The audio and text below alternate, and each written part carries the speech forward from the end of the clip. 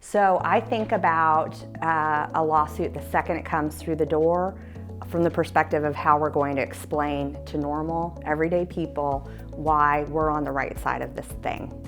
And I do that by thinking about the case in terms of very commonplace truths.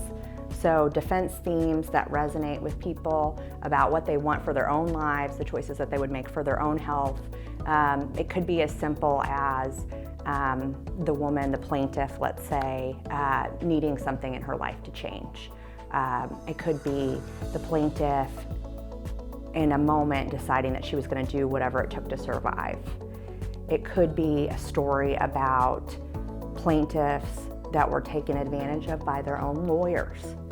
We try to find a commonplace truth that resonates with folks regardless of their background. That's something that's easy for them to understand.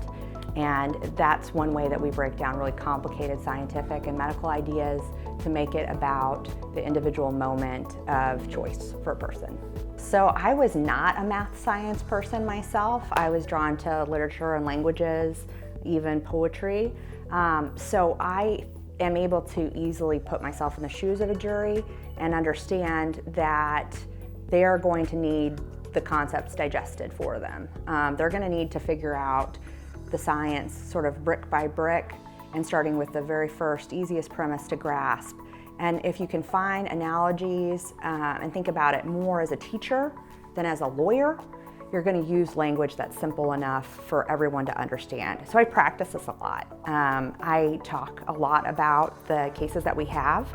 I try and talk to friends that have skeptical viewpoints, different viewpoints, family members that have never heard of the issue before, neighbors, and the whole time trying to understand how I can explain to them why I do what I do, why I love what I do, and why I think I'm on the right side of it.